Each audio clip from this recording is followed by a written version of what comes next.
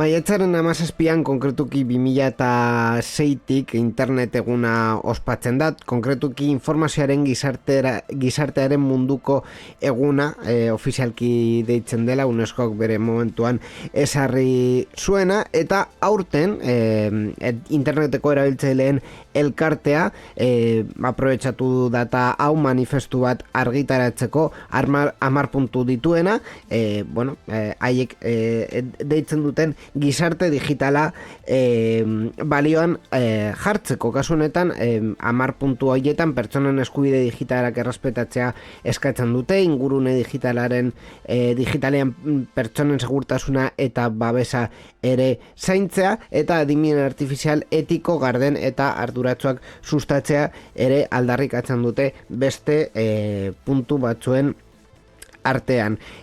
Internet eguna ere aprobetxatu dezakegu gogoratzeko azken urteetan internetak zenbat gauza on eman dizkigun gizarteak aurrera egiteko, eta ezintzuk diren ere bere arriskuak erabiltzaileen interneteko erabiltzaileen elkarteak ere honi buruz hitz egiten duena manifestu honetan. Beraz, data esanguratsua azken astean izan duguna, maiatzaren 17 internet eguna. Eta data esanguratsua baita gaurkoa, sarean zehar egiten nahi dugulako, beraz, teknologiarekin topaketa puntua daukazue gaur, teknologian gertatu direnak komentatuko ditugulako programa honetan.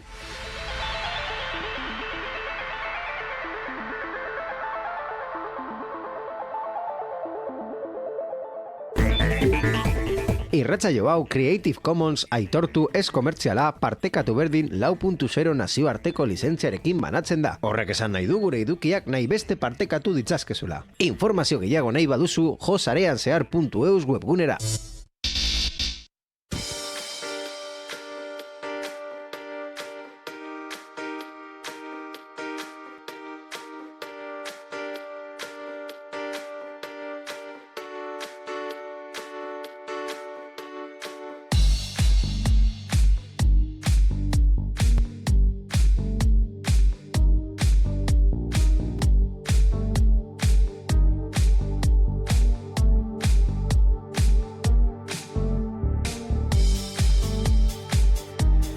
Eta esan bezala programa honetan teknologiari buruzko berriak komentatuko ditugu, eta horretarako beti bezala hemen daukagu estudioan Borja Arbos. Arratsaldeon, Borja. Arratsaldeon, Inigo. Lehenik eta behin, gaurko menua esan behar dut, bere osotasunean ia guztia Borja egin duera, baina, diak aurkeztuko dizuet, denboralde honetan daukagun dinamika jarraituz, orduan, azkenean, esan behar da, egia esan behar da, eta bera prestatu badu berri guzti hauek, kontatzen dugu bere lana izan dela. Onurako edo txarrerako. Hori da. Bi berri egia esatetan jarri ditut.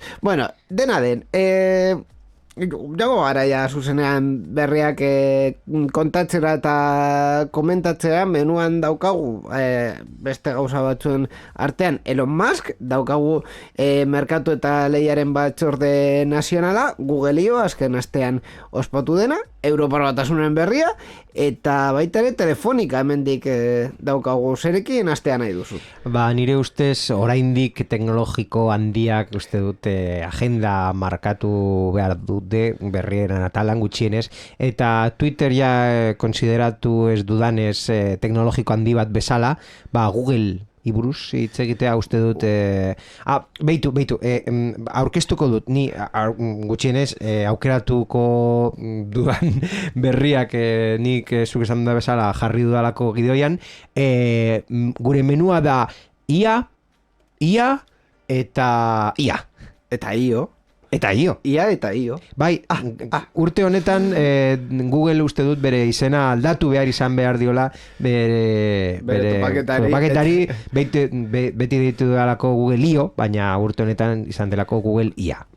Bai, hala da, konpainiaren txat referentzia den urteko ekitaldia da, bertan gordeta zituzten kartak erakusten dituzte urtero eta munduko erraldoi teknologiko nagusietako batek berritasun batzuk aurkezten dute. Haien artean, adibidez, Gmailekin eta Smart Reply eta Smart Compose bezalako funtzioen laburpen batekin hasiko gara. Adimen artifiziala erabiltzen baitute mezu elektronikoak automatikoki sortzeko. Horretarako Palm B aurkeztu dute Googleen LLM, zer da LLM? Language Model System, o sea, bueno, hori da ingelesez deitzen den, ez? Language Learning Model? Learning Model. Language Learning Model? Euskaraz izango litzateke, ba ez dakit. Large Language Model. Large Language Model, ba... Lenguai modelo handia. Lenguai modelo... Edo izkuntz, bueno, es que lenguai eta izkuntza berdina, verdad? Izkuntz modelo handia. Bueno, movida hori aurkeztu dute gaur egun 25 produktu. Izkuntz eredu handia. Izkuntz eredu... EA. Izkuntz eredu handia. EA. Ebitu, izkuntz eredu handia. Esan dut A, baina handia da atxerekin, orduan. A, vale, EA, izkuntz eredu handia da. Falta da EPA. Bueno, izkuntza eredu handia. Movida hau, kontua da jarri dutela hainbat produktuetan, konkretuki guztietan. 25 produktuetan. Palm B hau egun hizkuntza baino gehiago onartzen ditu, kodea ere idatz dezakezu eta bi funtzionalitateak kombina ditzakezu. Palm B, bi ekipoen emaitza da, Google Brain eta Deep Mind, eta ja aldez aurretik proba daiteke horrelako betan dagoelako, Google beti egiten duen bezala. Adimen artifizialen aplikazioko berrikuntzak ez dira testuarekin amaitzen, Google argazkietan, Google Fotos zerbitzuan ere implementatuko direlako. Magic Editor izenezko zirriborro magikoaren ondorengoa urte honen amaieran iritsiko da, naiz ez diren objektuak ezabatzeko adimen artifiziala erabiltzeaz gain, argazkiak errazago editatu eta doitu ditzakete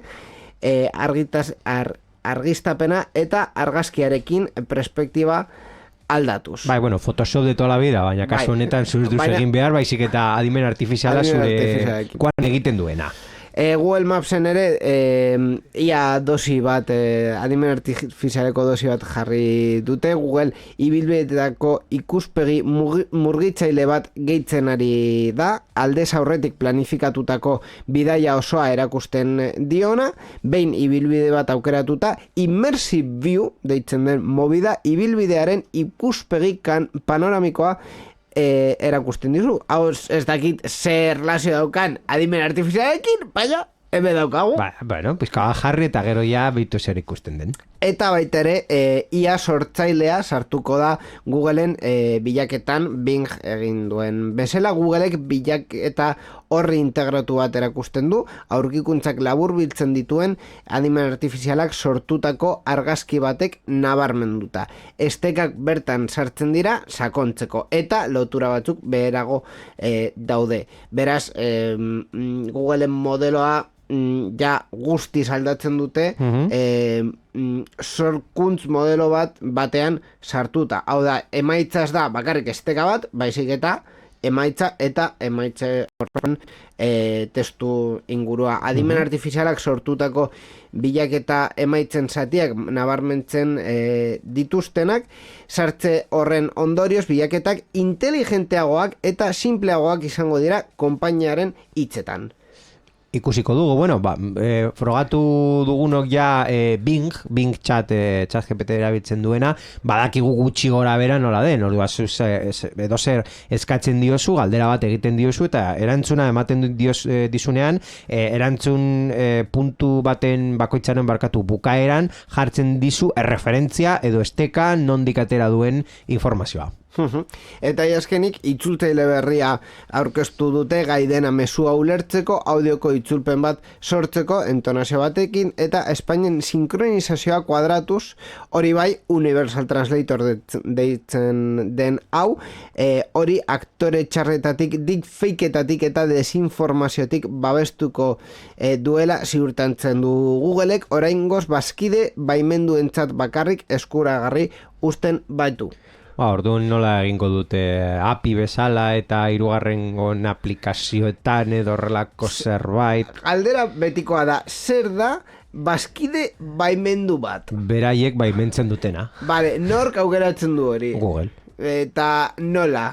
Bueno, beraiek nahi duten bezala. Claro, eske hor da honetan sartzeko zuloa. Nor jartzen du polizia. Zu albazara, bazkide baimendu bat izaten Google-entzat, baina aukera izango duzu horrelako erraminta erabiltzeko. Adimen artifiziala eta IA guzti hauek oso nekatuta utzi daute, egia esan da. Bueno, betikoa. Nahiago baduzu bestelako aurkezpena kontatuko dizute Google hor topaketa honetan atera duenak. Adibidez? Adibidez bere mugikor berriak. Vale, pentsatzen nuen, sketch bat egingo zenula esan ez. Aurkeztu dute bere smartphone berria, Google Pixel 6a, baita ere aurkeztu dute Google Pixel Fold, tolesgarria den mugikor bat, baita ere aurkeztu dute tablet bat, bosgoragailu inteligente baten asmoa izatekoetan, oda bibider bat, pantalla, normalean bosgoragailu inteligente askok daukate pantalla, batu kendu aldio zu pantalla eta pantalla hori tablet bat bihurtzen da.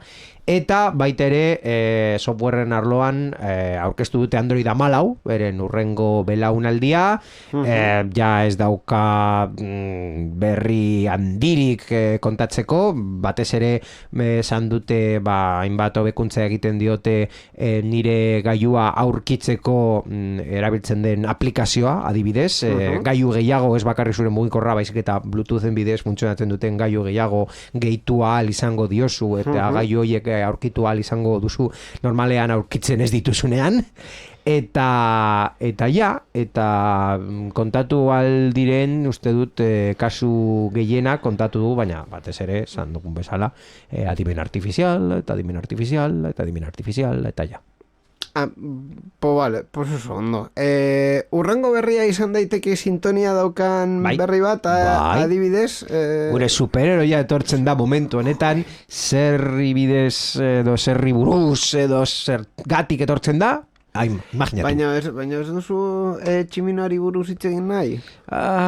Sintoniarekin etortzen da. Bueno, venga, KitKat bat, sintonia jarri. Venga. Tximinoak esan du.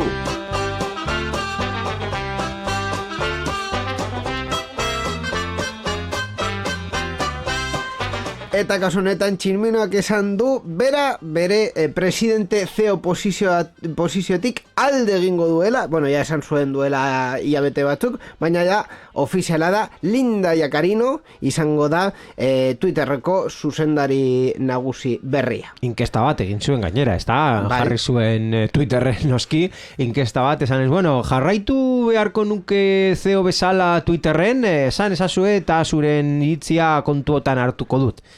Inez, kontuan hartu du, esan diotela, eta jarraitu CEO bezala. Bueno, agian fitxaketa denboraldia itxita zegoen eta egin beharko du kontaktuak Florentino Pérez bezalakoak aberia aurkitzen du CEO bat. Baina, zuk esan duzula, Linda Yaccarino dela NBC komunikazio taldeko publizitate burugoia, aukeratu du Elon Muskek Twitterreko CEO berria izateko. Noski txio batean bai estatu albistea eta adierazi duen bezala, laneko pertsona egokina zela Linda. Jakarino NBC-un lan egin du 12 urtez eta publizitate saltzaileekin eta agentziekin harremanak ezartzeko duen trebetasun importantea imaginatzen dugu izan dela Muskek izan duela kontuan hartu berezitasun handia bezala. Eta nola ez, Jakarinoren izendapena Musken makillaje eragiketa gisa ikusi dute analista batzuek. Muskek beretzat gordetzen ditu presidente eta teknologia buru karguak. Twitterrek ondamendi tekniko ugari izan ditu eta inbertitzaile nagusietako asko laguntza kentzen ikusi ditu. Ondorioz, Muskek uko egin dio gobernu buru izateari, baina dena den Jakarino egozio eragiketetan zentratuko da eta berriz Musk diseinuan eta teknologian. Hau da, bere postua gutxi gora bera ez du usten enpresa marroiak beste pertsona bati botatzen dio eta bera jarraituko du produktua eta diseinua eta teknologia garatzen azkenean izango dela berari orduan Jakarino zera lastozko emakumea esaten den bezala hombre de paja. Bai, tal cual. Eta orain bai, Borja, egoera honetatik kanpo diteko bai superheroia behar dugula.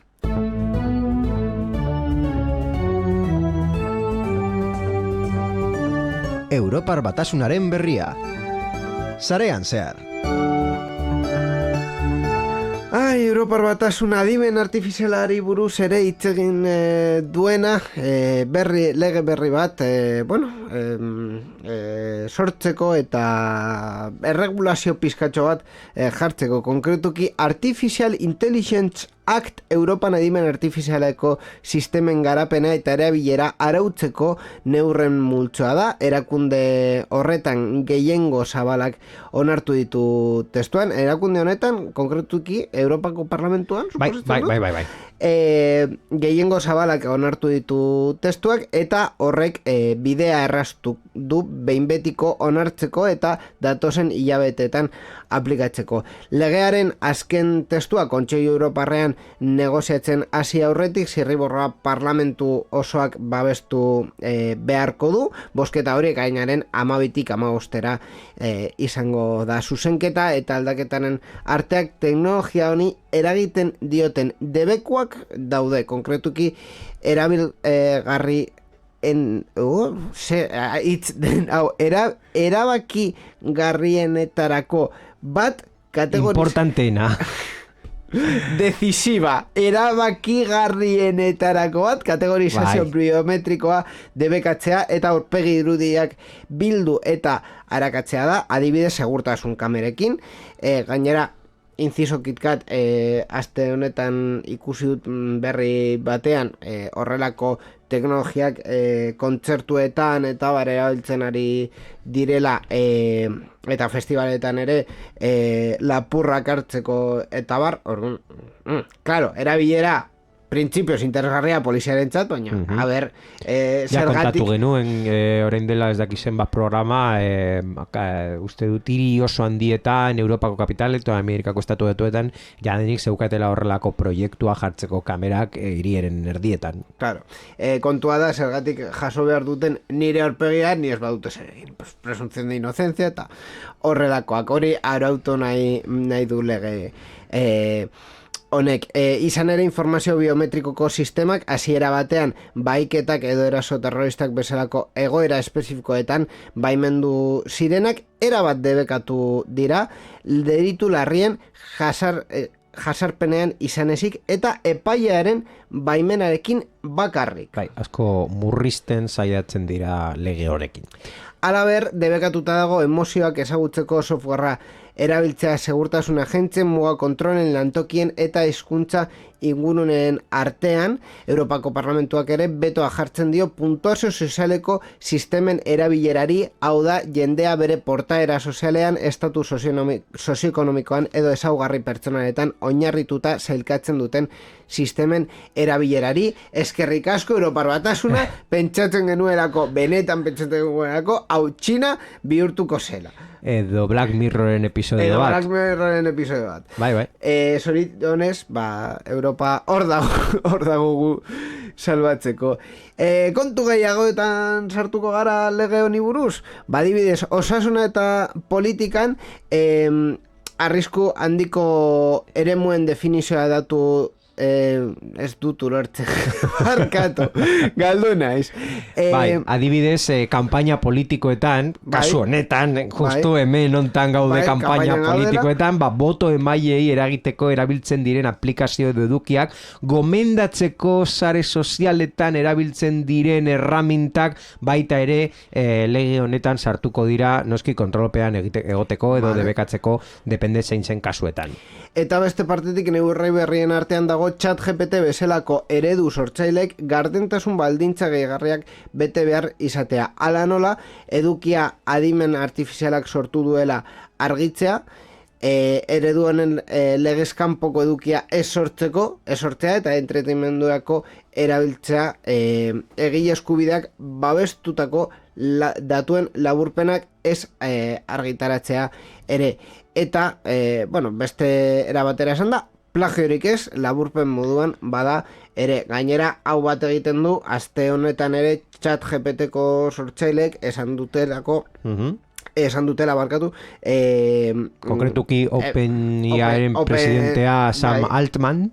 Esan du, eredu hori entrenatzeko, copyright zeukaten testuak erabili zituztela eta konpentsazio sistema bat martxan jarri nahi dutela. Eta ez bakarrik hori, Google Ion ikusi genuen BARD sistema artifizial adimenarena, Adoberen Firefly erabiliz testu irudiak sortzeko, Adoberen apustua material babestuen erabilera etikoan oinarritzen da, Adobe Stockekin edo copyright amaituta duen, arekin duen irudi banku erraldoiari esker. Eta beste lekuetan, adibidez Txinan, markaren erabilera behartu dute irudi bat ia sortu duela jakin dedin. Eta, beti bezala lege hauetan neurri hauek jarraitzen ez badira Europa Batasunak milioi askoko zunak jar ditzake beste kasu batzuetan egin duten bezala. Baina hala ere, ojo cuidao, software enpresa handiez gain erregulazio horiek talde asko zehatzago bat ere eragin dio kode irekiko garatzaileei, hau da software askea bezala kontatzen dugun bezala, garatzaileek arrisku handiko kategorian sartzen diren ereduak erregistratu beharko dituztelako. Eta legean ez da salbuespenik jasotzen banatzaileen barruan sartzen diren open source ereduetarako, azken horiek legezko erantzukizuna baita ere izango dute. GitHub da, adibideriz, lehenengoa, haiek eta Microsoft izango dira beren erabiltzaileen inteligentzia artifizialari buruzko garapen posibleen legezko arduradunak, eta garapen horietan araudi berria betetzen ez bada, Europar Batasunak milioi askoko izuna jar diezakete. Esan dakoa. Azken parte honetan polemika egon da, esaten delako Europar Batasunak ez dagoela software askearen alde.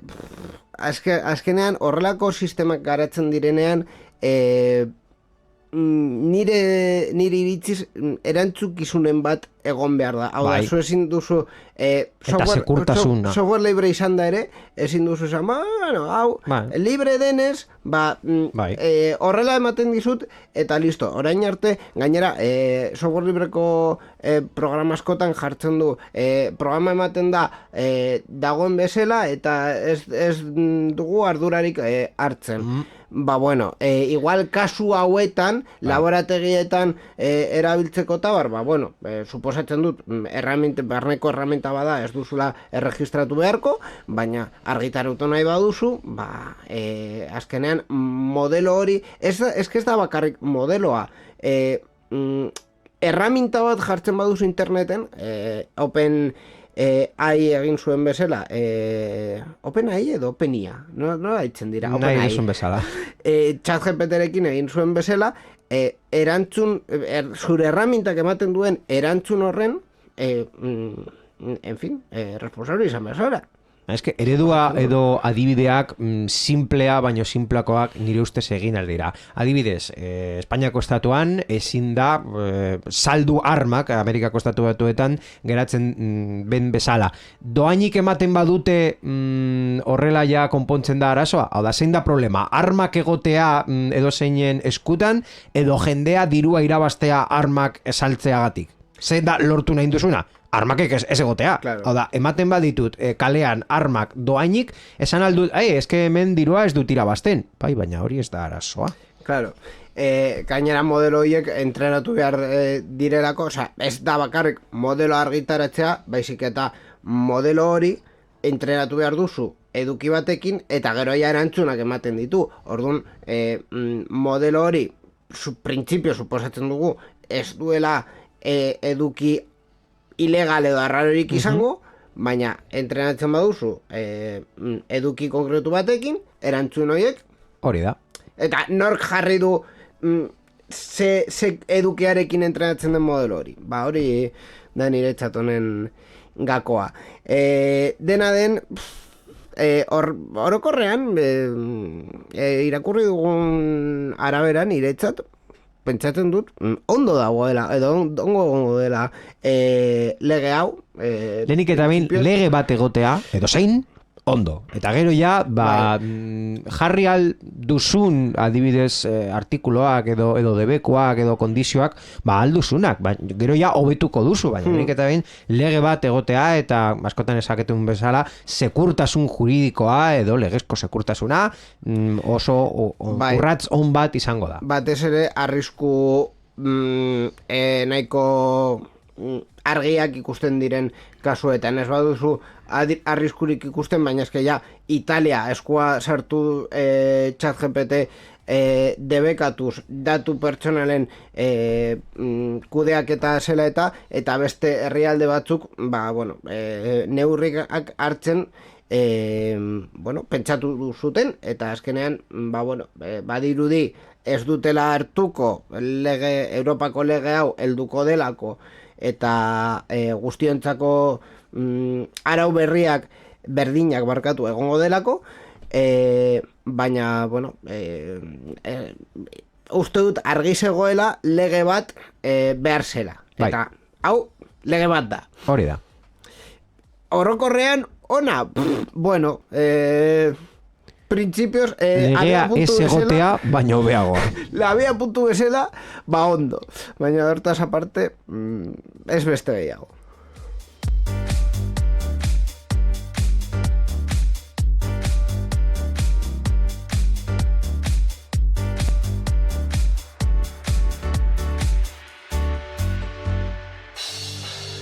Guazen duela gutxi bizitatu dudan leku batera. Bai, beitu, berri hori ikusterakoan imaginatzu dut, eta pesatu dut, ze tontak eri berri bat da, baina Inigo den bizitza dela eta aste honetan egon zarela Madrilen, eta aprobetsatu duzu bizitatzeko merkatu eta lehiaren batzorde nazionala hor argazkia eta guzki. Uste dut argazkia jarriko da, porque ya que estamos... Ja berdin da. Zergatik ez daukat aurpegi oso polita, baina hemen daukazue nire argazkia merkatu eta lehiaren batzorde nazionalaren aurrean, bale? Nahiko. Ja.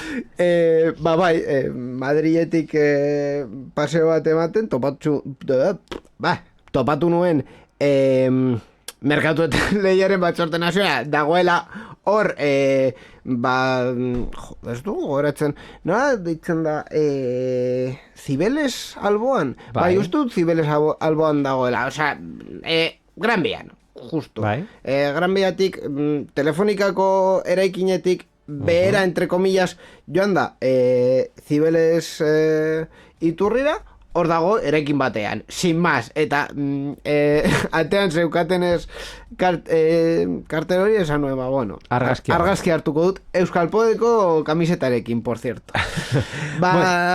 Kontua da, merkatuaren eta lehiaren batzorde nazionalak egin duela etxeen panela, urtero egiten duten ikerketa bat, eta konkretuki beste gauza batzuen artean kontatzen digute Espainiako telekomunikazio zerbitzuen erabiltzaileak gero eta gusturago daudela. 2022an erreklamazioek behera egin zutelako telekomunikazio zerbitzu guztietan, ala nola banda zabal finkoan, telefonia finkoan eta mugikorrean. Gainera, internet mugikorrentzako sarbidea da Espainiarrek gehien baloratzen duten zerbitzua, 67,1 posik dauderako. Hala ere, erabiltzaileen gogobetetze ezaren arrazoi nagusia izaten da zerbitzuaren prezio altua. Eta ondoren kalitate falta eta bezeroarekiko arreta txarra. Horiek dira hiru gai nagusiak. Hala ere, erabiltzaileek aurkeztutako erreklamazioen kopuruak behera egin du aurreko urtearekin alderatuta, banda zabal finkoko zerbitzuak jasotzen ditu erreklamazio gehien, baita 100koak bera egin du eta elektrizitatea eta gas naturala dira balorazio txarrena jaso duten zerbitzuak. Beraz, kasu honetan, merkatu eta lehiaren batzorde nazionalak aztertzen dituen merkatuen artean, justo telekomunikazioena dirudienez hobe ateratzen dena. Elektrizitatea eta gazta naturala baino txarrago iritzi emotea, ni ustez gaizki izango da aurkitzea. Bai, azkenean, urte honetan ere, eta hau baita ere enredandun komentatuta, ondori hau izan zen, urte honetan justu elektrizitatea eta gaz naturala gora joan direnez eta telekomunikazioak egia da pizkat, baino ez hainbeste aldatu dutela prezioak. Inflazioa kontutan hartuta.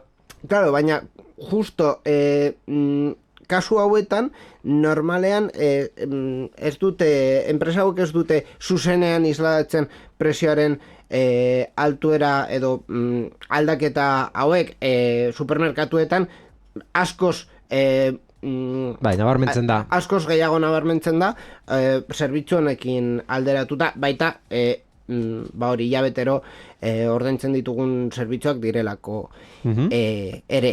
Eta honi buruz, por cierto, kontatu behar dugu ere Telefonica zuntza Vodafonekin partekatzeko prest dagoela. Vodafone ziripostio bat daukalako bere azpiegiturarekin, konkretuki Euskaltel bezala kablea kendu nahi dutela oso zaharkituta dagoelako, eta, ateak jotzen ari dituzte, zer egin, eta haien artean, Telefonica kasu honetan, hartu du, ez dakit hitzein duten Vodafonekin edo ez, baina hartu duen kargu eta esan du, izan litek. Konkretuki elkarrizketa baten izan da Angel Vila, kontsillari delegatuak, onartu egin duela Vodafonekin akordio batera iristeko aukera hori kable sarea itzali, alizateko. Zalantzari gabe albiste oso positiboa izango litzateke bi konpainientzat, sinergia ekonomikoak sortuko lituzkelako, baina baita ere oso albiste ona izango litzateke alaber ardazkidea erabiltzen jarraitzen duten operadore gorriaren bezeroentzako. Hau da, beren abiadura edo kondizioak, hobeto. Euskalteli gertatzen zaion, edo gertatzen zitzaion bezala azkenean, azpiegitura hori nahiko zar dago eta ez dute zerbitzu hauetzeko mugarik suposatzen da, hori esaten du Euskaltelek haien artean. Por cierto, claro, luego beste kontu bat dago, kablea itzali eta zerbitzua zuntzera pasatzen dugu, baina kablea nork kentzen du. Baina kenduko dute. Gure fatxadetatik eta gure etxe bizitzetatik. Zementuarekin integratuko da. Ai, ama, en fin. Hori da azkenean, baita ere telefonikak hor pendiente daukan beste kontu bat. Hainbeste kable eta hainbeste movida, haiek aprobetxatzen dituzten azpiegituretatik bai kentzen dutela, baina herritarren fatxadetatik batez ere, hori ez daukitzen. Zergatik. Jarri iragarki bat Wallapop'en. Nahi duzu... Kobrea saltzen dut. Bai, horrela. Etxeko kobrea saltzen dut. Bai. 20 euro. Eta agur, jazta. Etortzen dira eta guztia eramaten dute. En fin, honekin ja bagoaz berri eskarretara? Bizumena ez dago gaizki kontatzeko... Ja, guztiak egiteko, zeren ja berri askarrekin kontatzen dugu ikidoian sartu ditugun berri guztiak, gutxienez, komentatu aldugu... Bera, sartuko dugu, bai, baina berri askarretan ere. Venga, vale. Venga, guazen. Berri askarrak, sarean zehar. Esan bezala bizumei buruz itzengo dugu, zure kontua ordain dezakezulako zerbitzariaren, kamareroaren zain egon gabe. Bai, bizumen estrategia berria tabernetako itxaronaldiak arintzera bideratuta dago. Bezeroek autonomia handiagoa izan dezaten eta nahi dutenean joan daitezen. Hori, vanguardiako teknologiaren implementazioari esker lortzen da, ala nola QR ordainketa sistemetan integratzeari esker. Vanguardiako teknologia! Ai, ama! Hori zen txistea, ez da? Bai. Vale, orduan, orain kolpea. Itxoin kolpea ez daukadako. Es que... Hor gratis. Spotify azken astetik aurrera euskeraz erabilgarri dago. Bai, Spotify plataforma 27 hizkuntzatan sortu zen eta 36 hizkuntza gehiago sartu zituen 2021 astelehen honetatik aurrera 11 hizkuntza eta dialekto berri onartu dituzte gailu mugikorretan 74 guztira euskara eta galiziera besteak beste. Edapen horrek are esperientzia pertsonalagoa desblokeatuko du erabiltzaileentzat Spotifyra 10 hizkuntzan edo tokiko hizkuntzan sartzeko aukera emanez, eta horrek sortzaileen eta entzuleen arteko konexio gehiago sustatuko ditu plataforma astelen honetan jakitera eman duenez. Bai, prentzea ohar on hau jaso nuen irakurrita, eske, en fin, bai oso interesgarria, baina berria hau da, Spotify euskeraz daukazue, oso ondo. Googleek kontu ez aktiboak masiboki ezabatzeko prestatzen ari da. Bai, Google uste du beharrezkoa dela erabiltzaileak babesteko sekurtasun mehatxuetatik, alanora phishing izurretatik edo kontuen baiketatik. Horretarako kontu ez aktibotko politikak eguneratu ditu eta inaktibo dauden guztiak garbitzea eta eduki osoarekin batera ezabatzea erabaki du. Baina, badago modu erraz bat ezabatze masibo honetatik salbatzeko. Googleek berak dio kontu bat aktibo mantendu ahal izateko beharrezkoa dela saioa gutxienez 2 urtetan behin hastea. Eta esan behar dugu ere, hau abendutik aurrera hasiko dutela. Osea, que lasai. Beste ia urte bat daukazue, zuen Googleeko akontua hor utzita geratzen. Salbatzeko, hau da la lista de Google. Eta azkenik, Appleek iPhoneak zure ahotsarekin hitz egitea ahalbideratuko du adimen artifizial baten bidez, suposatzen du? Deitzen da Personal Voice. Horrela deitzen zaio ingelese sistema entrenatua izan den edozein pertsonaren moduko ahots sintetizatua sortzeko aukera ematen duen ezaugarri hau. Konpainien arabera erabiltzaileek 15 minutuko entrenamenduaren bidez ahots personala sor dezake. Prozesu horretan erabiltzaileak bere ahotsa sintetizatuta eduki nahi badu, iPhone edo iPaderako esaldi batzuk irakurri beharko ditu. Ba, bueno, ez bazenuten nahi... Eta ja Siri zure ahotsarekin erantzungo du, edo... Claro, es que zu Borja beti esaten duzu, es que Appleek zuretzat oberen dena erabakitzen du, ez bazenuen nahi, zuretzat obea dena erabakitzea, ja zure ahotsarekin esango du, orduan ja ezin duzu zure burua zure buruarekin eztabaidatu, es que ja, bueno...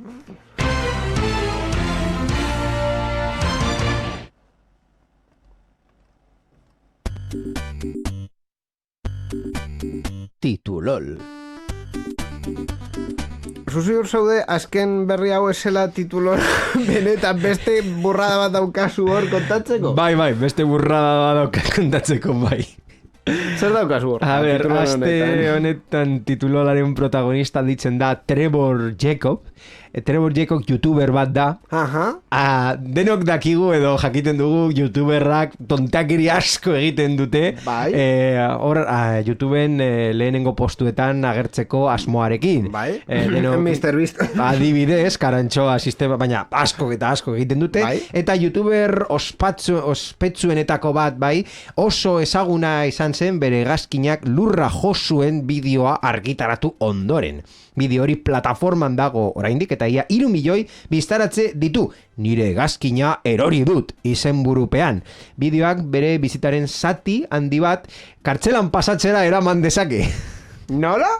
Bai, dirudienez, bideo hori argitaratu zuen 2021 bateko abenduan, hau da, pasatu ja da denbora, baina egoera, justu ja, heldu da puntu kritiko bat, eta Jacob kontatu du, rekonozitu du, esan du, konfesatu du, eta esan du, delitu bat kometitu zuela, hor hegazkinetik bota zen momentuan.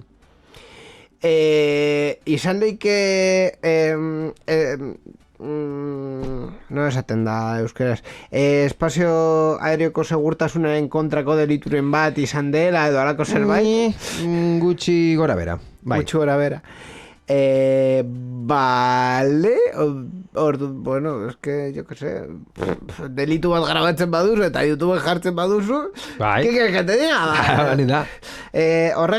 Horregatik esaten dugu behin eta berriro sare sozialak direla zure herriko plazan gauzak argitaratzea bezala jartzen baduzu YouTubeen nola urratu dituzun hainbat lege. A ber, pues listo. Hegazkin batetik salto egitera parakaidasekin ez da delitua, baina hegazkin hori pilotorik gabe ustea eta hegazkin hori monte baten kontra estreiatzen da, claro. Pizka bat delito kontra la naturaleza. La seguridad pública. Horrelako zerbait egiten ari zara. Bueno, a ver, horretaz aparte, horrelako saltoak egiten dituztenak baimenak dauzkate, eremu konkretu batzuetan egiten dute, eta bar. Orduan, claro, bere hegazkina mendiaren kontra josuen, horrea, a la buena de Dios. Horrela. Vale. Oso ondo. Bueno, en fin, delituak egiten ez badituzu, delituak egiten ez badituzu, hobeto, baina egiten badituzu, ez jarri sare sozialetan. Cristina Cifuentes badaki zergatik diren bideo horik argitaratu behar. Madre mia. Bizitza pikutara joten da horrelakoak argitaratzen direnean, eske, tío. Bueno. En fin.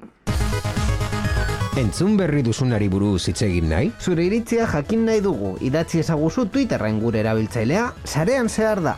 Gure Twitcheko emanaldietan ere parte hartu eta zure iritzia eman dezakezu programa egiten dugun bitartean. twitch.tv/sarean zehar. Gainera, zure ekitaldiaren edo ideiaren berri eman nahi baduzu, posta elektronikora idatz diezagukezu info@sareanzehar.eus. Sarean zehar, zure mezuen zain.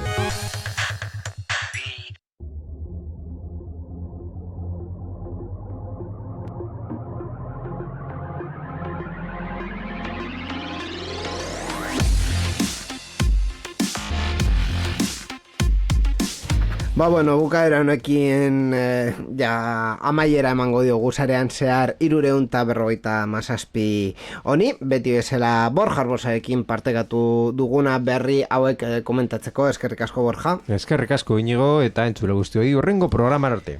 Eta beti bezala gurekin egon da Mikel Carmona berripuspen teknikoan eta irratietan dauden teknikari eta ekospen taldeak ere programa honen emisioa posible egiten. Urrengo data gurekin topatzeko urrengo eguna, urrengo zita izango da 2 aste barru, beti bezala, sarean zehar berri batekin. Uste dut, honekin 4 direla denboraldia bukatzeko, hau ja bukatuta 3 geratzen zaizkigu, eta aurretik izango dugu ziurrenik bideojokoi buruz hitz egiteko tartetxo bat, normalean ekainean bideojokoen aurkezpenak egoten direlako, beraz, hori espero dugu kontatzea urrengo programetan. Hori heltzen den arte, eskerrik asko programa hau entzuteagatik, eta urrengo arte, agur!